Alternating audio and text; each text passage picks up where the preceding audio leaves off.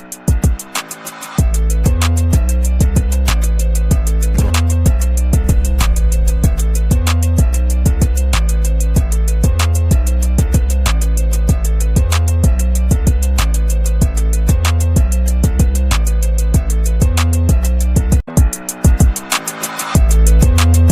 and welcome to another exciting episode of the Andre The Beast Crayton Show. Today is another exciting show, and I'm definitely need to make sure you hear this story because, trust me, we have some great guests who basically have some outstanding stories. Some you might even find unbelievable, but the way that these individuals come in and out of that beast mindset and overcome is truly remarkable. But let me tell you a little bit about the guest that's happening today. Have you ever wondered? No, not even wonder. Think about being in a situation that you're helping your fellow man out. You see injustice being done. You intervene in that injustice, and during that process of you intervening, you're put in a camp without being in front of the justice system or nothing. You just put there and have to find a way to get your life back. Today on the show, we have a gentleman who not only done such a remarkable thing, such as escaping, but took all that pain and stuff and put it into helping others as well as helping himself. All the way from Italy today. Italy. Now, you know that's special when they're coming all the way from Italy to be on the show. I'd like to welcome Dana Silkiss to the show. Dana, welcome to the show, big guy. Thank you very much. Thanks for having me on. I appreciate it. What a story. When we was doing the pre-interview, I told you nobody would believe it. Tell the viewers a little bit about you before we get deep into your story. About myself or about No, book? just about you first. Who is Dana Silkiss first Okay. before we get into it? Dana Silkiss, originally from New York, Long Island, actually. Okay. And I've had quite a few businesses I had retail stores on Long Island, North Shore and South Shore, a belt factory in the 90s, and I did displays for Polo, Ralph Lauren. And when I was young, I did a lot of music. Actually, I still do, but I was really into it then, recording and doing a lot of touring for on and off for 9 years. And I started off doing rock and roll. Hendrix was my big inspiration, still is. Okay. And then I branched off into more Santana type stuff, and then I got heavy into jazz, Miles Davis in the 60s type stuff, Herbie Hancock, Oh yeah. Wayne Shorter, Weather Report. And then I decided to get away from society for a while, and I moved to upstate Pennsylvania and had a large horse farm, which led to a lot of other things, training horses that had behavior problems. And from there, I morphed into helping people with behavior problems. So it all tied in together. Uh, And then living in Pennsylvania, there was a big natural gas boom, and a lot of my neighbors were talking about it and getting involved. And so I started doing research, and I researched from like Oklahoma and Texas, where oil and gas have been going on for a long time, and came to the conclusion that the farmers and landowners in Pennsylvania were getting ripped off by the big oil companies. So I started representing them with my company was LOAG, Landowners Association. And I helped them get like higher royalties. If they had cows on their farm, then they would get compensated for the lost fields that they had to use to put on the gas wells and things like that. So that was actually very rewarding, helping in that sense, because a lot of people became a lot richer and better off because of it. right. You always seem to have had the ability to be a good Samaritan, pretty much. Um, that's what it appears to be, that you have that good Samaritan about you. You had a moment in your life where you took a visit down south, Florida, Yes. Georgia area. Take me down that, because I thought that was very interesting. Okay. Well, it started off, as I had mentioned to you in the pre-interview. I was in college at University of Colorado in Boulder, and my music calling became really strong. So I decided to take a sabbatical from college and form a touring band. I had various bands back in New York, but this one I wanted to be like really professional and out there. And I set up some auditions. I ended up in Daytona Beach, Florida, and due to a few different circumstances, events that happened, um, I saw this young black kid who actually became a really good friend of mine, getting beat up by the police. So, as I said to you, being young and foolish, I stepped in, and the cops didn't take too kindly to that. Told me to leave town, or they would force me to, one way or the other. They actually put a gun to my neck, Wow. and I was still there. I wanted to get my band together, so I stayed. And then about a week later, a little over a week, there was an event on the beach itself in Daytona Beach where the police had taken these metal bars, attached them to their patrol cars, and mowed down the people like 3 o'clock in the morning that was sleeping in tents and on the, it was very transient at the time. A lot of what they called hippies and musicians and stuff on the beach, and young kids and women and men. I mean, it looked like a war zone. They were bleeding and broken bones, you name it. Dana, about So what me and two year? other guys were helping out. Dana, what year was this? I didn't mean to cut you off. About what year was this all taking place? 1975, What year was it? 75. Yeah, 75. So yeah. the okay, finish telling the story. Then I ask my question. Okay. So then this bus pulls up, and a bunch of cops get off, take me and two other guys on the bus, put hoods on our head, and when the bus stopped, probably about 6 hours later, we ended up in a labor camp. And that's what I have a book and a sequel to it, because the second one is called The Aftermath, because what happened afterwards was almost as bad as what happened in the camp, because as it turned out, it was very political. There was a senator involved, there were judges involved, there was a mayor of a town involved from Georgia.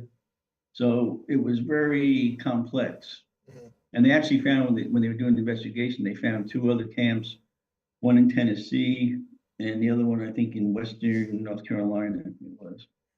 Let me ask you a question, Dana. So the viewers can get a clear understanding of what just happened to you. You're Mhm. in Daytona. You're working on forming your band. It's during Yes. the '70s. You know, peace, love, and you guys are just out there having fun. And all of a sudden, out of nowhere, but prior to that, you intervene with a man of color, and the Yes. police basically tells you to In the leave. South in the 70s, Yeah, yeah. leave town and so forth. But why did the police, as far as you know now, why did they find the need to go on the beach and just at random just run people over? What was their motive for that?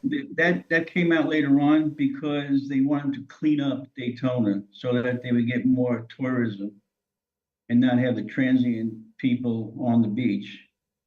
So Was basically, that they? remove the hippies, the peace Yeah, love people off of the beach yeah, to allow yeah, a political move to take place. exactly. Yeah. Okay, now it's making sense. So now how many other people, as far as you know, was put bags over their face, put in vans and dispersed into these different camps? There were about 120 people at the camp I was at, and then there was a sister camp about a mile away that was only women, except for the guards. and they were forced into prostitution. Now that, oh my God, this is crazy. So when you guys take the mask off, what was that first day like? Like, you clearly didn't know. I'm pretty sure you guys were asking for some type of legal representation. What was the first day like in this camp for you? When we got off the bus, the warden was standing there, and basically we got the speech of, if we're good boys and listen to everything, everything's going to be okay. Otherwise, it's going to be very dangerous for us. Like, we didn't want to go through that. And I asked the question, like you just said, what about legalities? What about a judge? What about, and the answer was a gun butt in my belly. You know, this shit And sounds like Shawshank Redemption, right? yeah, So yeah. you get there with these other individuals. How do you guys begin to? How long were you actually there? Did you even have a sense of time? Did they, if they're trying to not to let you communicate with the outside, they sure ain't letting you know the time. So how were they controlling you guys outside of fear? Outside of fear, that was all fear. Really? Yeah, I saw him murder two people. One of the guys that got picked up with me went insane, totally insane, because he couldn't believe what was happening. They put people, me twice, in a what do you call it? A sweat box Yeah. to become good and listen. But there was a lot going on, a lot. How did you keep? How did you keep that? How did you stay alive? What did you do? Now you realize that after a while nothing's happened. Something is wrong here. When do you start to formulate a plan to get out of this, or even if it's possible to even come up with a plan? And were you the only one thinking about trying to get out of here? Did you collaborate with the other people that came there with you? What was your mindset from that No, moment on? no, I didn't collaborate at all because I didn't trust anybody, Okay. even people that were friendly with me. I didn't trust them enough to reveal what I was thinking. The minute I got there, I started planning, looking opportunities. Like if I saw one of the guards lit a cigarette and he dropped a matchbook, I would put it in my pocket, figure I could use that for something later on. Mm-hmm. A tube that figured I thought gasoline, just When little things like that. And as time went by, I started waiting for an opportunity, basically. you mentioned labor camp, what exactly was you guys' role there? We know the women were forced into prostitution. What kind of labor were you guys forced to do? Primarily clearing roads, cutting down trees. They had tractors and excavators, stuff like that to level the roads. We had to build a swimming pool for, I think it was a senator, and stuff like that. Personally, what came out later on was it was free labor, and they would bill the state for all this work that was being done. But if you don't have to pay somebody, it's a lot of money coming in constantly. Like I said, this sounds just like the real Shawshank Redemption story. Yeah. This is crazy. So when you're out there on the road and stuff, nobody asked questions that was driving by. I mean, You the know, news media, nobody said anything. now the whole time I saw nobody from the outside except for one meeting that they took me um, to meet with these two other guys that were businessmen, to improve the profitability of the camp, which is another completely different story, but together with it. They even like going to the meeting, I didn't see one um, street sign, no town signs, nothing. What they would do is blockade the road that we were working on.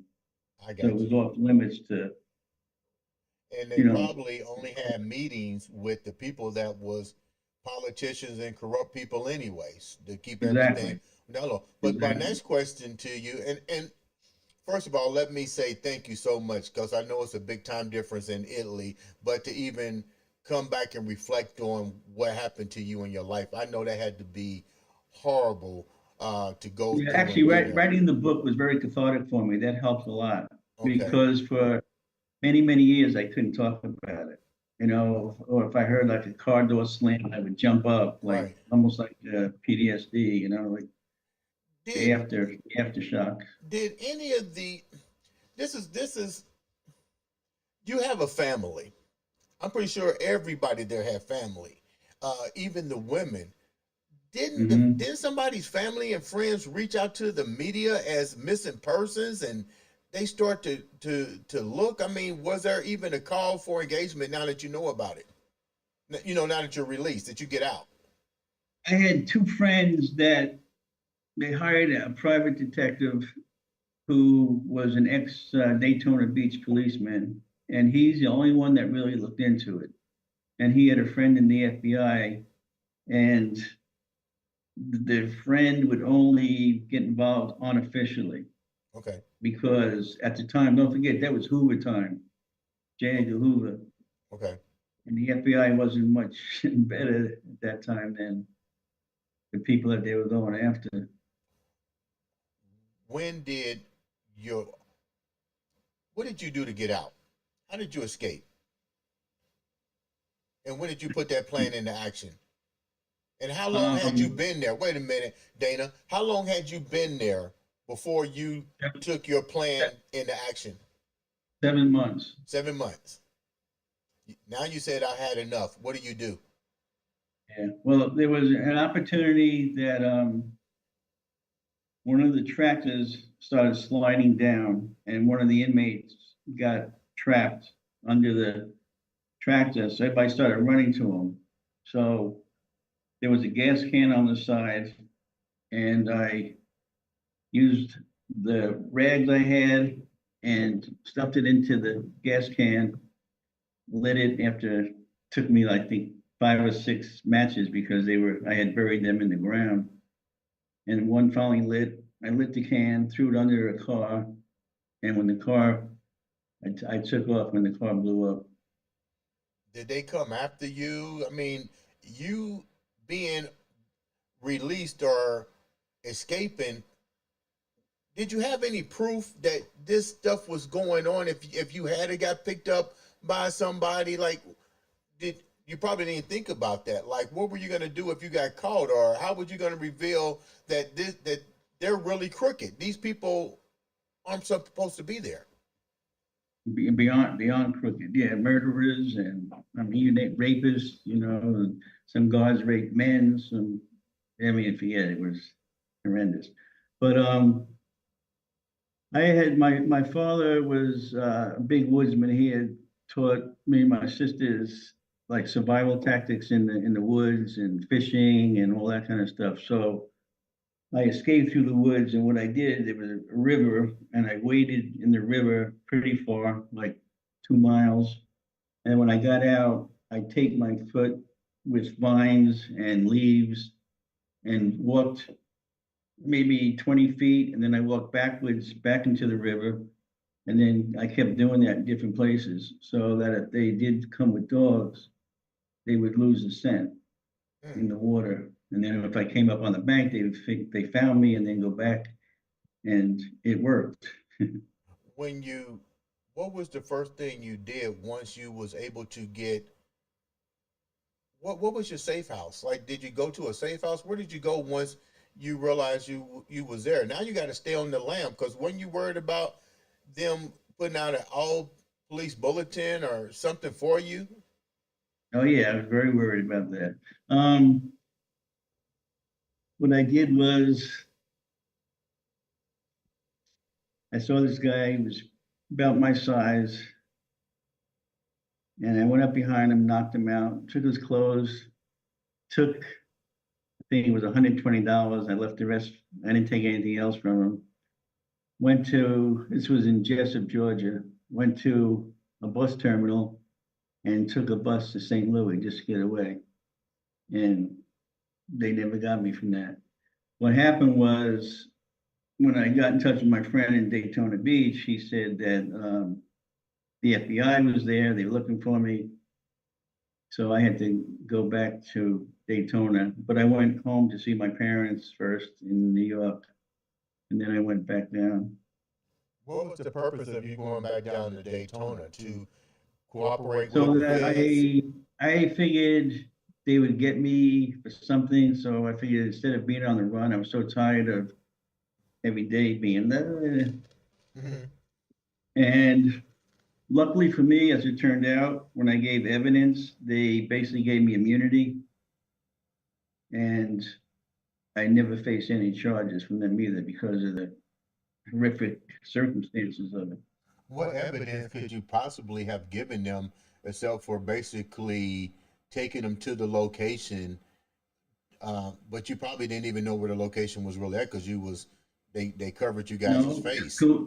coincidentally, this is very ironic.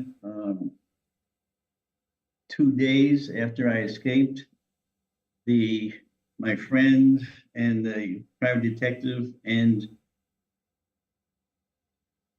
the one guy from the FBI found the camp and they raided it and closed it down. Wow. So if I had waited 2 more days or 3 more days, I wouldn't have had to be on the run. Knowing what I'm pretty sure you did your research on it being shut down. What was the reasons that the FBI, how were they able to shut it down? Who tipped them off that this stuff was going on? The private detective, because he had, from what I understood later on, and this is in my book, he had found the bus by getting some of the Daytona police guys drunk, and one of them had been a driver up to a certain point, and he said that when he realized first that it wasn't in Florida, there was red clay under the bus, Oh, which is not in Florida. There, the sandy it's in soil and Georgia. everything. And that's how he started piecing it together. Wow. And they went on road trips until they found this one gas station where the bus had filled up gasoline. And they talked to the people inside, and they said, "Oh yeah, I think what he did was he said, oh, I lost the paper. I was supposed to go drop off something to the warden." And they were like, "Oh yeah, there's something up there. We don't know exactly. We haven't been up there, but if you go up there, and the prisoners and cops always come here to fill up." And so Whatever that's how we started putting stuff together. whatever happened? Did two parts question. You get they basically don't pursue criminal charges. You can't give you criminal charges because you was kidnapped along with the other individuals. You Right, guys were kidnapped. right. What did the state of Florida and Georgia do as far as the time that you spent there being kidnapped? And what happened to some of the other people? You forced into prostitution? Did any charges come up with these people, and were there any high profile political people? There were charges initially, and then one by one, all the investigations were dropped, all the charges were dropped, like they just disappeared. How does that You know, make you so feel now, knowing that they illegally detained you, they made your life miserable? You know of people that was forced into prostitution, men that were murdered, raped, and so forth, and as well with the women. And then the state of Florida, Daytona, and parts of Georgia didn't do nothing, just dropped it. nothing. Yep. I mean, they faked it for probably 8 months that they were indicting people, blah, blah, blah, blah, but nothing ever happened. I'm And sorry. I kept pursuing it, but and times were different. It's not like the cell phones now where communication and Right. internet, it was really tough. So now even the statutes of limitation is out, and the people who did are probably deceased. That's why I'm talking about Yeah, it. that's crazy. I'm sorry that that happened. So you taking all of that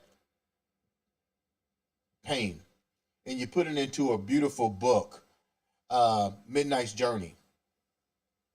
Tell me a little bit Yes. about that and how you took all this and and and moved on with your life.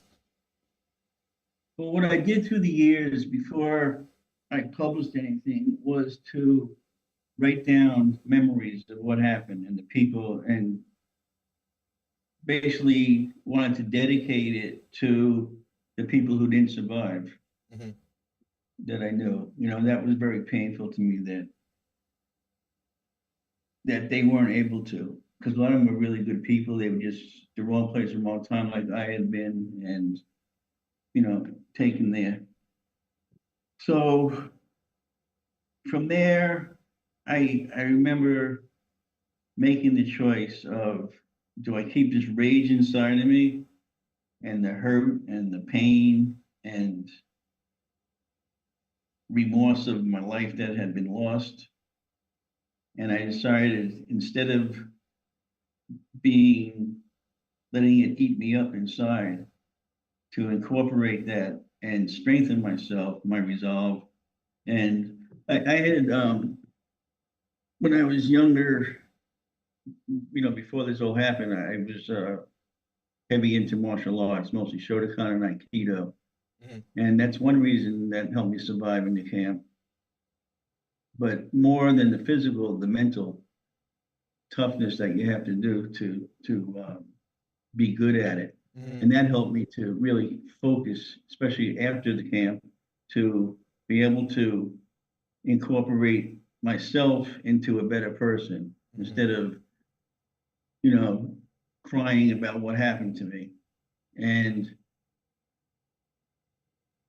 nature and horses, I would say, saved my sanity, because horses, I call them emotional truth. You can't lie to a horse.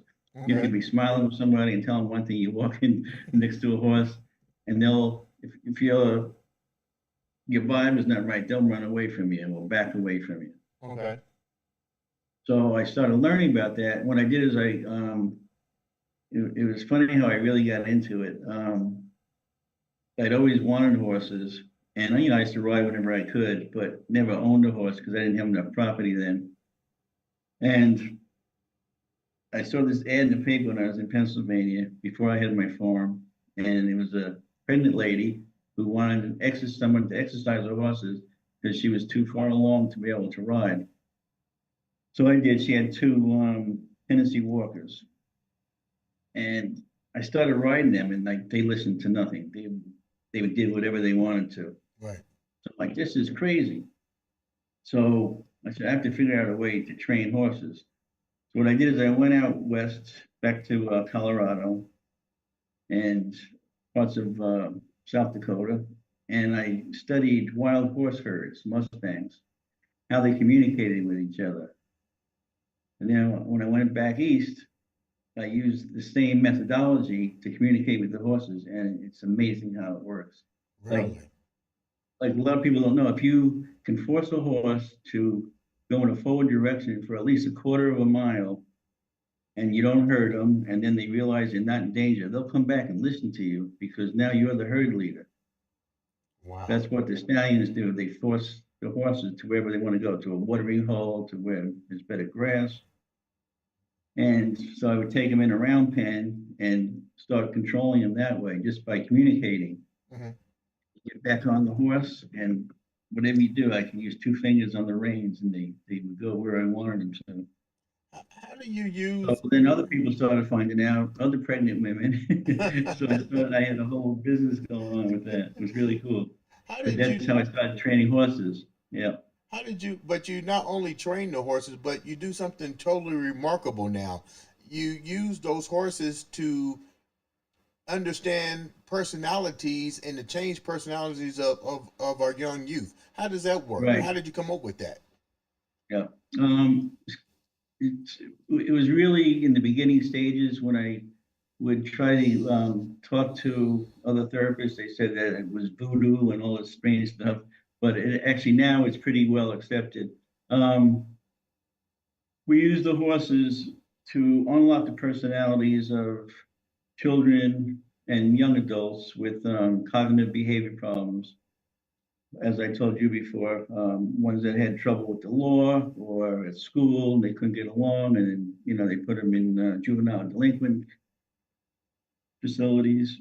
Mhm. So to help them there to understand what the problem was, why they had this rage or what was going on.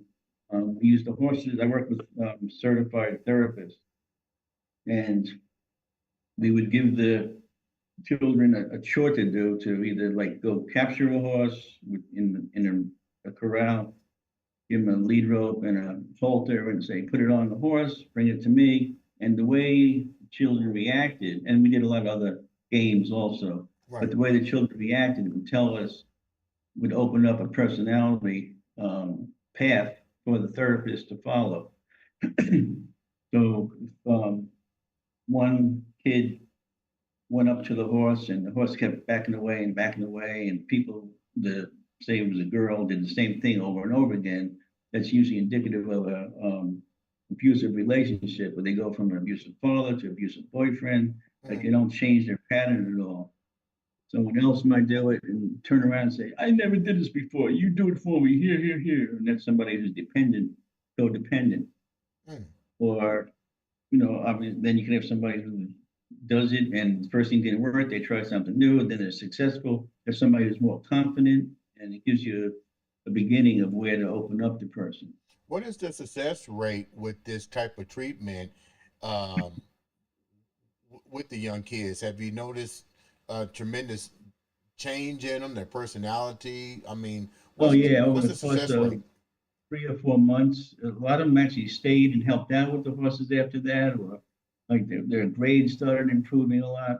Hmm. And the therapist told me that the success rate was probably 60% better than sitting in four walls and saying, what kind of childhood did you have? What happened here? Because Hmm. it's that much more obvious, and the person doesn't feel like they're the target of all the questioning. Now, now, is this something that is this treatment available worldwide, statewide? Like, how, if somebody has that wants to be a part of this with their child, can they find it in their area? They have to go to where you guys are at. No, I think now it's pretty widespread. I know I did some stuff in New York, up in Pennsylvania. They called me to Missouri, by St. Louis, right outside of St. Louis. New Mexico has something. I think Arizona does also. California I think, has 3 or 4 facilities up and down the coast. Excuse me. So yeah, it's a lot more widespread now and accepted, Mm. and different degrees of or levels of therapy. Because, like, I did at Prescott College. I think it was 2016 or 2017. They Hmm. called me in to do a workshop, and I was like the bridge between the horse people, the horses, and the therapists. There were like 40 of them that came from all over the country, and Mm. we took them through, all the steps of how to do it, and I showed them what to do. So that told me that it was a lot more interest at that time. Mm. Let me ask a question before we wrap up. Such a beautiful story. Um, Definitely overcoming and coming out a survivor, and then still um, bringing something positive into your life and giving it to other people in the way of children and development. If you had to give a message to the world now with what you've been through, what would that message be? Don't become a victim of circumstance. Incorporate the hurt, the pain, the anger, and channel it in a positive direction. Because besides hurting other people, you hurt yourself more, because it's like acid inside of your psyche that will eat away at you until you become somebody that you're not because of anger or just feeling sorry for yourself. So you have to find a way to, I call it inner reflection. And I do that by getting rid of dialogue within my head until you, and the hardest thing is that last thought to get rid of that, because that's a thought that gets rid of all the thoughts. Mm-hmm. And from there, it's almost like it's a form of meditation, I guess. But what it does, it opens up your psyche, your subconsciousness. And from there, you can see, well, every aspect of your life, every memory can parade in front of you. Hmm. And from there, you can actually choose which path to take. You mentioned something that was really profound. I heard it when we first started talking. You said you're still friends with the guy that you intervened. What's that like?